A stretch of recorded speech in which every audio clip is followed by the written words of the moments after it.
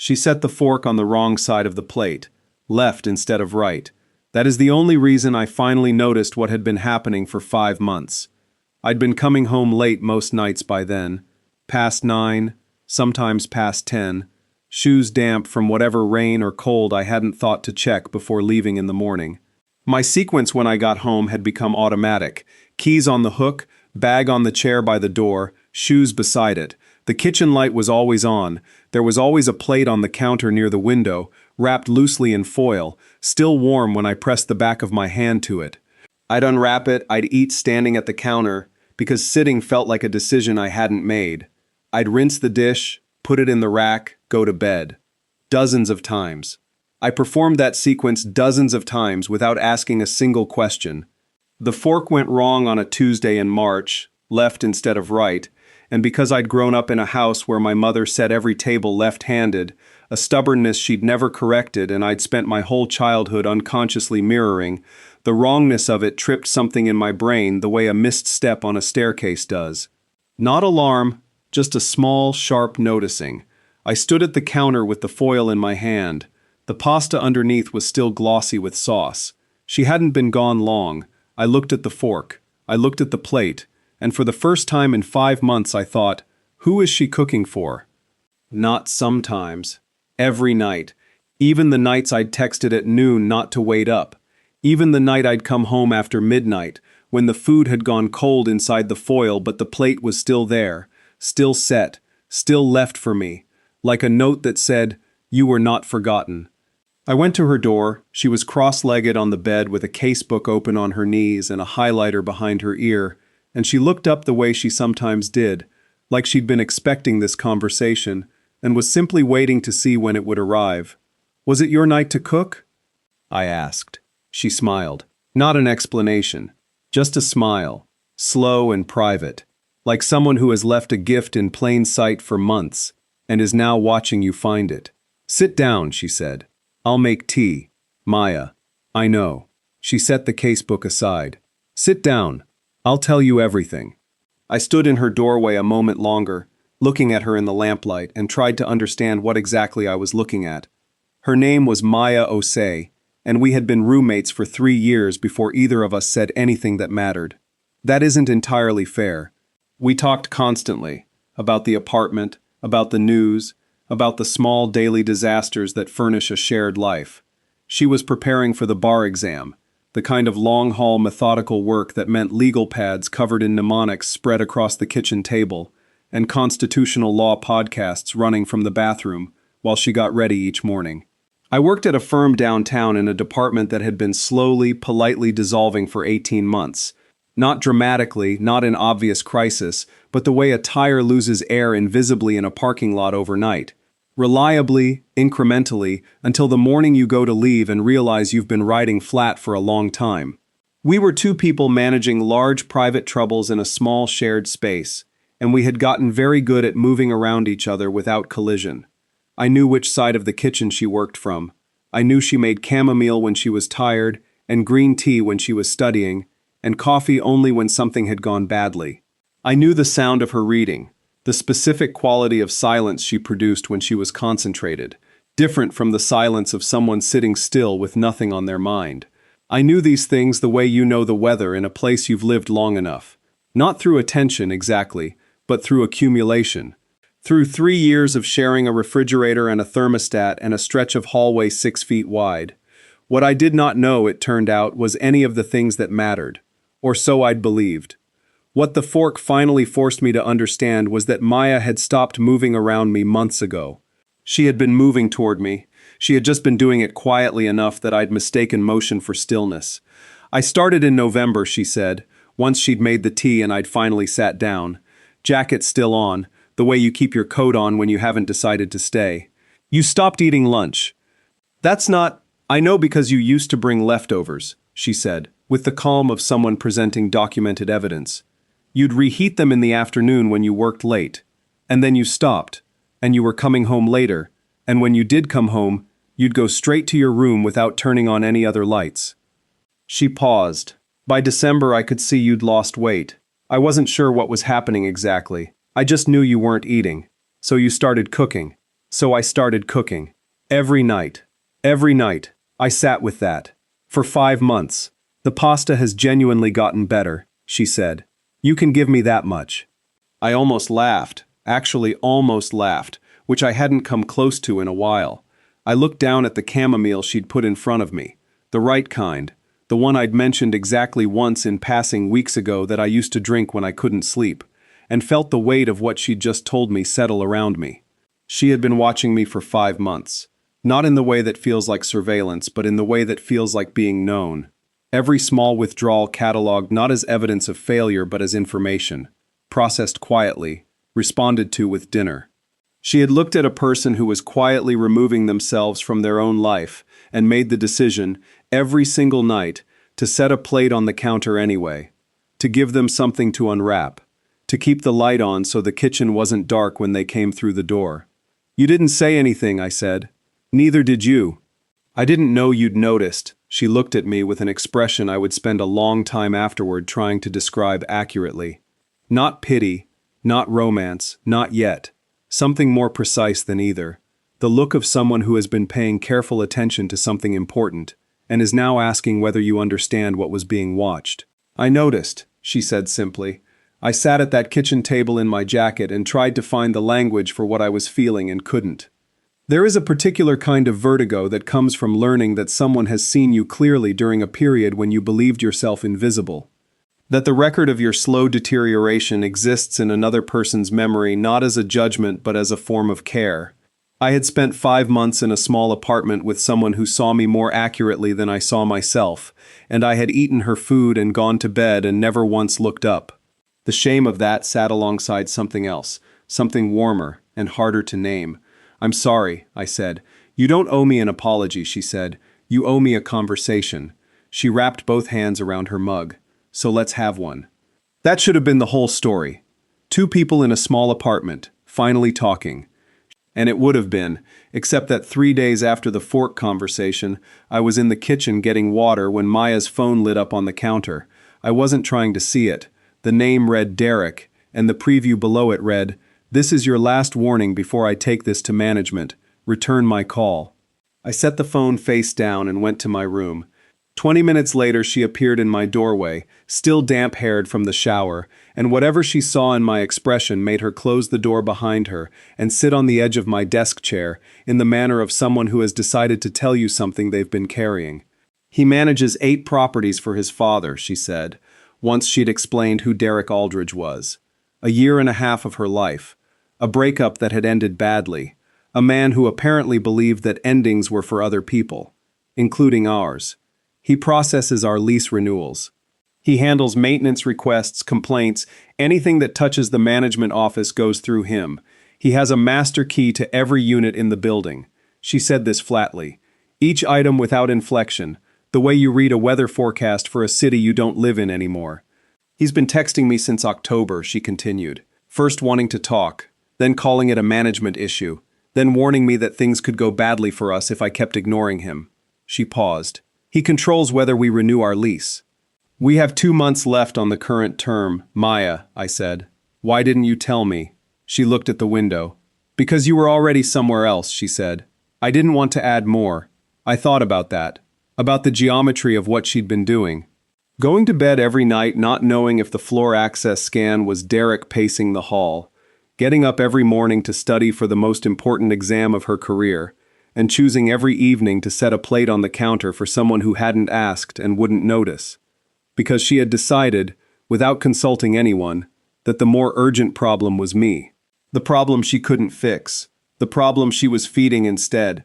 October, I said. The first text was in October. Yes. That's a month before you started cooking. She said nothing. She didn't have to. She showed me everything that same night. The folder on her desktop was labeled Building Correspondence, with characteristic Maya understatement, and inside it was 4 months of documentation assembled with the same systematic attention she brought to case law. Screenshot logs of every text Derek had sent, 47 messages across 5 months, time-stamped and archived in chronological order. A typed record of every contact attempt, with dates and her brief notes on tone and escalation. a formal request she'd filed under the maintenance records provision of our lease, a provision she'd found buried in an appendix that Derek had apparently not known she was aware of, for access to the building's keycard entry log.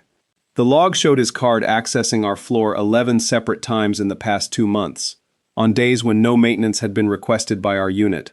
The log tracked floor access, not specific unit doors, but we were at the end of the hall. Past the elevator were 2 doors, ours and Mrs. Fonseca's. "He might have been inside," I said. "I don't know," Maya said. "I changed the storage unit lock in January, and I put a camera above the front door."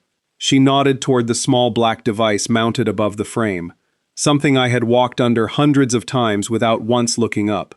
"It has footage of him in the hallway twice. He didn't knock either time." I looked at the camera. I looked at her.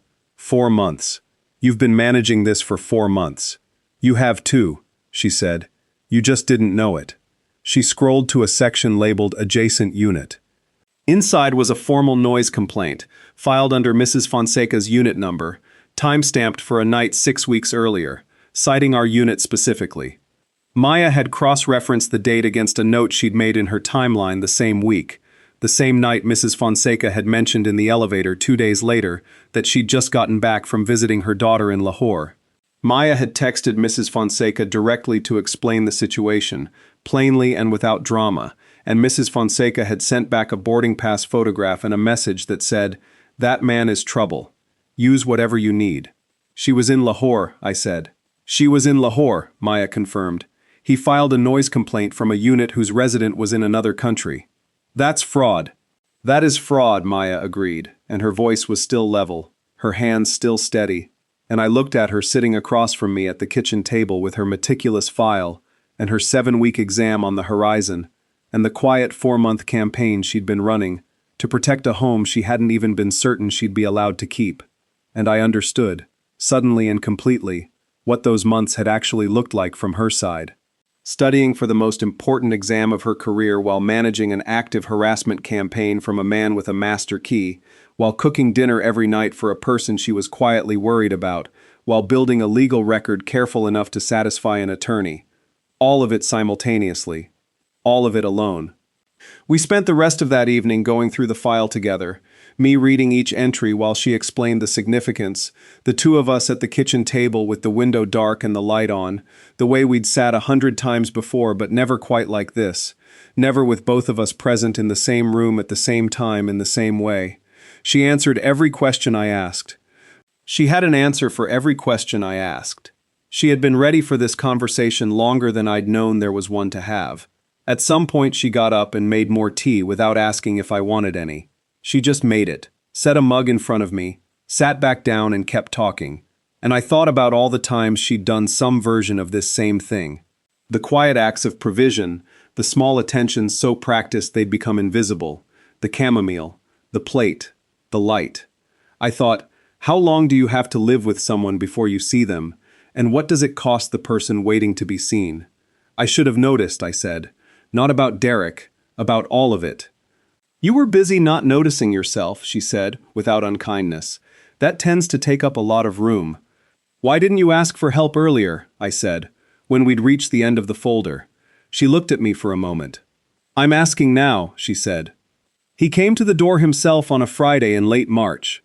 I heard the knock while Maya was studying and went to answer without thinking, which was a mistake. He was taller than I'd imagined.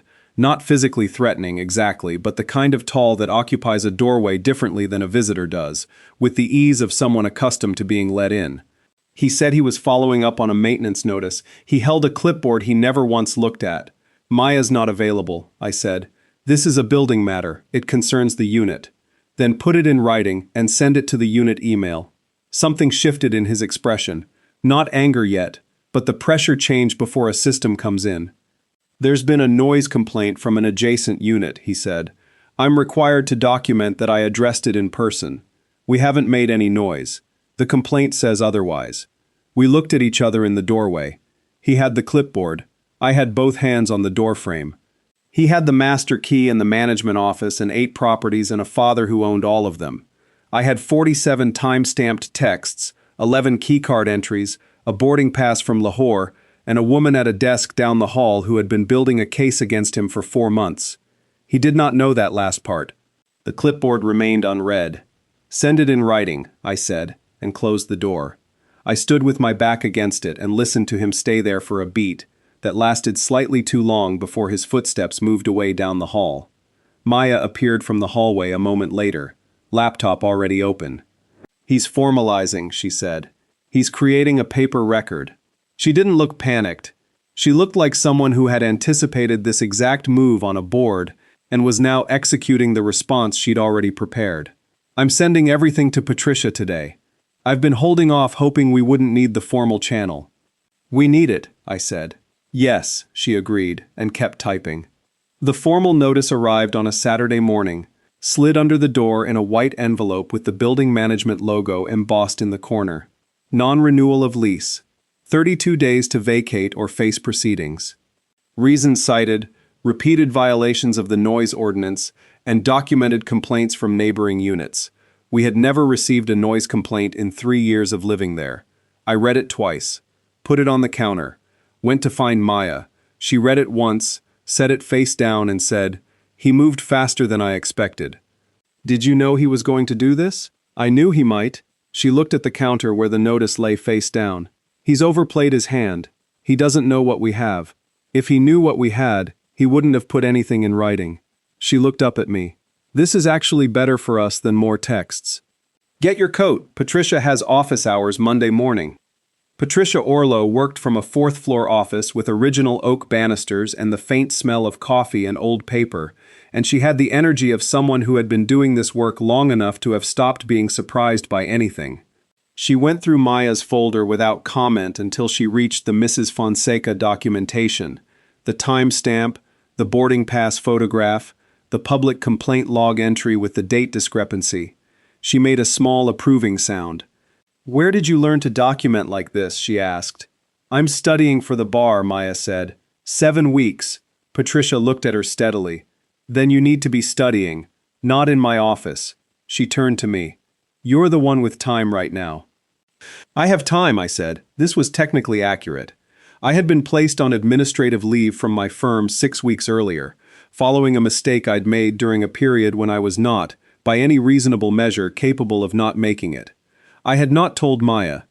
Every morning for 6 weeks I had left the apartment at the usual time and gone downtown to spend the day in a coffee shop on Fillmore Street or at the library on Clement, sitting at tables near windows, laptop open, going through the motions of a person with somewhere to be. I ordered coffee in the careful way of someone with a schedule. I opened documents without writing in them. At some point in the afternoon I would close the laptop, pay for the coffee, and walk home by routes that added 20 or 30 minutes to the trip, not because I was avoiding the apartment, but because arriving at the door required becoming a person again, and some days the gap between the street and the door felt very wide. On those days I would walk farther. I would come home later. The plate would be warm. The kitchen light would be on. I would eat standing up and go to bed, and the next morning I would leave again at the usual time, and Maya would cook again in the evening, and the days would pass. 6 weeks of that. There was a corner table at the Fillmore coffee shop where the light came in from the west in the afternoon and made the work of sitting still look, from outside the window, like something purposeful. I sat at that table most days. I ordered the same thing. The barista learned my name, which felt like an accusation. I had a specific route home that added 23 minutes to the trip and took me past a park I'd always liked, and I used those 23 minutes to become, again, the version of myself that could walk through a door without feeling the effort of it. Some days it worked better than others. Most days it worked well enough, and every evening I came home, and the plate was warm, and the kitchen light was on.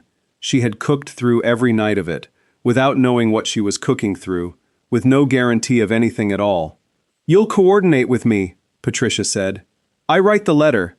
The goal is not to punish him. It's to make his father understand the exposure the management company is facing, and to make Derek understand that your record of events is more complete than his.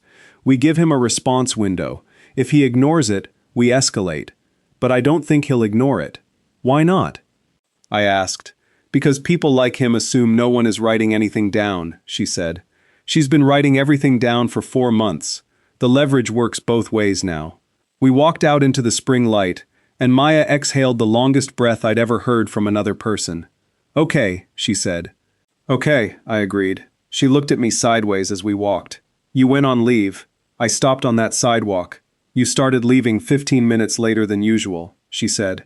"And you'd come home with coffee from the place on Clement Street, which is 15 minutes the wrong direction from your office. And your phone stopped buzzing with the emails that used to make your jaw tight." She didn't look at me with accusation. "Just, I know, I've known. I didn't know the details. I knew something had changed." "November," I said. "It started falling apart in November." "They put me on leave in February." "I know it was November," she said quietly. "That's when I started cooking." We walked the rest of the way home without talking, and it was the most comfortable silence I'd been inside in longer than I could measure. Patricia's letter went out on a Wednesday. I became the point of contact, which meant I spent that week fielding a call from the main management office, not Derek, but someone from upstairs asking about the nature of our formal correspondence. Maya had coached me on exactly what to say and what not to say, going through the file together at the kitchen table on 3 evenings while she took breaks from studying, her highlighter behind her ear, a legal pad open to notes she'd prepared specifically for this conversation. I thought about this afterward, that she had taken time, in the final stretch before the most important exam of her career, to prepare me for a phone call, that this was simply what she did. She prepared. She anticipated. She made sure the people in her orbit had what they needed. By the end of the call, the person on the other end was using a very different register than the one they'd started with. Derek did not respond by Patricia's deadline.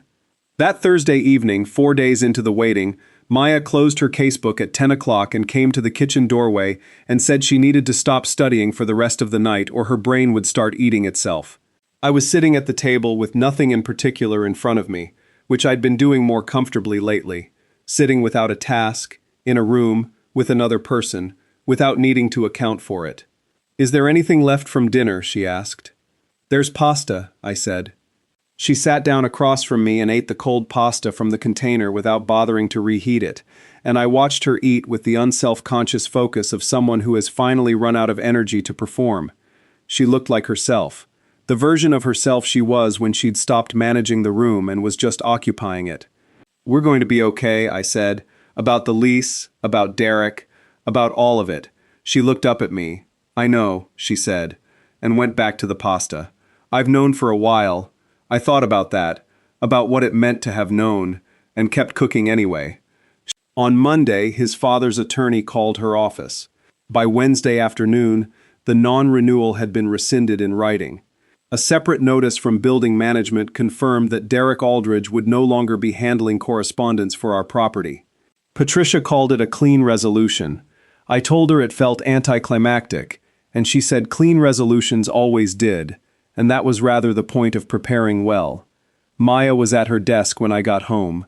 She looked up, set her highlighter down, said, "Okay, not celebration." Relief, which is a quieter thing than winning, less like a triumph and more like putting down something heavy in a place where it's finally safe to set it. The straightening of a spine that's been braced for a long time, the first full breath in months. "It's over," I said.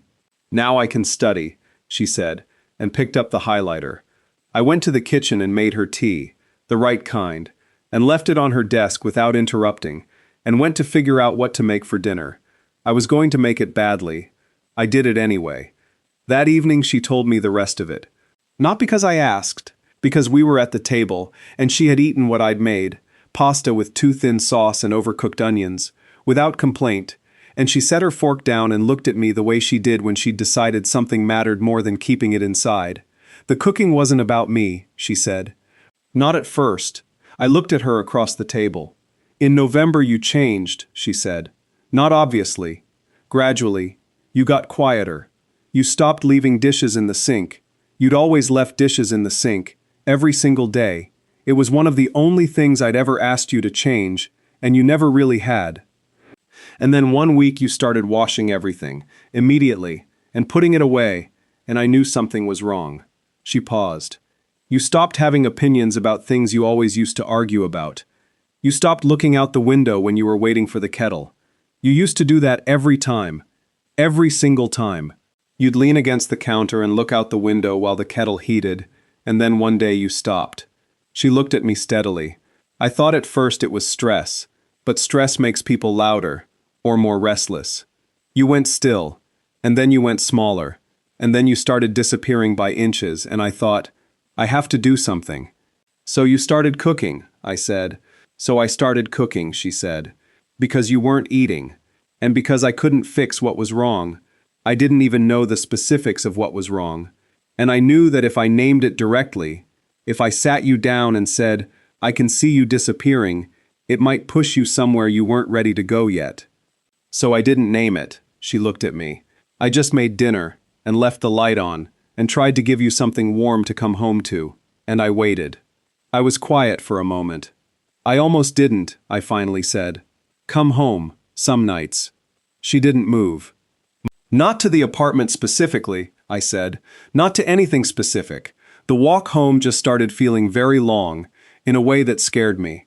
I kept finding routes that added 20, 30 minutes to the trip. I told myself I needed the air. I know now that it was because arriving at the door meant being a person inside a room, and some days the distance between the street and that door felt like something I wasn't sure I could cross, but I always crossed it, partly because I didn't know how not to, and partly, I stopped. What? She said softly. Partly because the light was on, I said. I didn't know why the light was on, I didn't think about it, but it was on. She was very still across the table. I saw you, she said. It was the quietest sentence I'd ever heard. I know you didn't think anyone was looking. But I was looking. She saw me drowning. She handed me a fork. Why didn't you just say something, I asked. Why didn't you tell me what you were seeing? Because when someone is in that place, she said, with the patience of someone who has thought about this for a long time, you don't say something. You cook dinner, you leave the light on, you give them something worth coming home to, and you wait for them to find their way back, without making them feel like a problem to be solved. You just make the space warm. You keep showing up. She looked at me. And then one day the fork is on the wrong side and they come to your door. I looked at her across the table in the kitchen with the light on and the badly cooked dinner between us, and outside the quiet of an ordinary weeknight, and I tried to find something adequate to say, and couldn't. Somewhere around the third week of January, she said, and now her voice shifted. Softer, more private, something she'd been saving. I made risotto. You came out of your room, and you sat at the table for the first time since November. You ate the whole thing. You looked up at me after, and said it was the best thing you'd had in months. She paused, and I thought, there you are. I've been waiting for you. Something cracked open in my chest. Not painfully, or not only painfully, but with the specific feeling of something sealed against the cold for a long time, finally opening in warmth. I kept you, she said. Not dramatically, not like a confession. Just of course, what else would I have done? You kept me, I said. I reached across the table and put my hand over hers, and she turned her hand over and held it, and outside the evening came through the kitchen window the way it always did. Quiet and ordinary, and exactly sufficient. She passed the bar. I wouldn't have been surprised if she hadn't. She could have sat that exam having managed Derek, the eviction notice, and 4 months of quietly keeping another person afloat, and still passed it, because Maya Osei prepared for things with the steady, unshowy commitment of someone who believes that effort extended in private eventually lands in public. But she passed, and the way she came out of the testing center and found me waiting on the steps outside, the way her face changed when she saw me there, was the look of someone who has been working towards something for years and can finally, for the first time, feel the ground under it. We walked home the long way. Through the park by the water. She told me about the questions she'd been certain of and the ones she'd had to work for, and I listened with my whole face. It was one of the first times in months I could do that, be fully present in someone else's story, without the other half of my attention turned inward, managing the static. I started therapy in April, a person with interesting socks who asked questions that took me days to answer fully. For the first time I said out loud, in a room built for it, to someone trained to hold it, what the long routes home had actually been about. It was not a small thing to say. I sat with the weight of having said it for about 2 weeks, and then it was smaller, and then it was smaller again, and I understood that this was how it worked. Not a sudden unburdening, but a gradual redistribution of weight across more people, more conversations, more days that ended with the kitchen light on and something warm on the counter, and a person who already knew and stayed anyway. Maya was the first person I'd let know. She hadn't been given the choice. She'd simply looked closely enough to see it. But every person after her was a choice I made. That too felt like something she'd taught me. The practice of letting yourself be seen. I got a different job in June, smaller, closer to what I'd actually wanted before I'd started making choices based on what I thought I was supposed to want. The work felt like mine in a way work hadn't felt like mine in a long time. The walk home is 22 minutes. I have never wanted it to be shorter. We still cook most nights. The schedule is formalized. She takes Mondays, Wednesdays, Fridays. I take Tuesdays and Thursdays. Weekends we cook together, which takes twice as long as it should, and produces the only dinners that are reliably excellent. Because we've stopped competing about the salt and the roux, and learned, without quite deciding to, that cooking together is its own form of conversation, and one we're in no hurry to end. The fork goes on the right side now. I made sure she knew which side. She occasionally still gets it wrong, and I still notice, and that is the entire shorthand of how we found each other. A wrongness that finally made me look up. A person who had been there all along, setting the table, leaving the light on, waiting. I used to think the most romantic thing a person could do was a grand gesture. The declaration, the unmistakable signal, the moment so large it couldn't be missed. I had it exactly backwards. The most romantic thing a person can do is pay attention when you've stopped paying attention to yourself. It is the plate on the counter. It is the light left on. It is the fork on the wrong side after months of getting everything else quietly, consistently right. One small mistake that finally made me look up and see what had been standing there all along. I was disappearing. She fed me back. She was keeping me. I just didn't know it until I was already kept. Have you ever looked back and realized that someone had been quietly holding you together during a time when you were certain you were holding yourself together? That they saw what was happening before you could, and instead of naming it and making it enormous, they just showed up. If you have, what was the small, repeated thing they did that you almost missed? Not the grand gesture, the almost invisible one. The fork on the wrong side. Write it in the comments. I think a lot of people need to read what you're going to say. Subscribe, if these are the kind of stories you want to keep reading. New one, same time next week.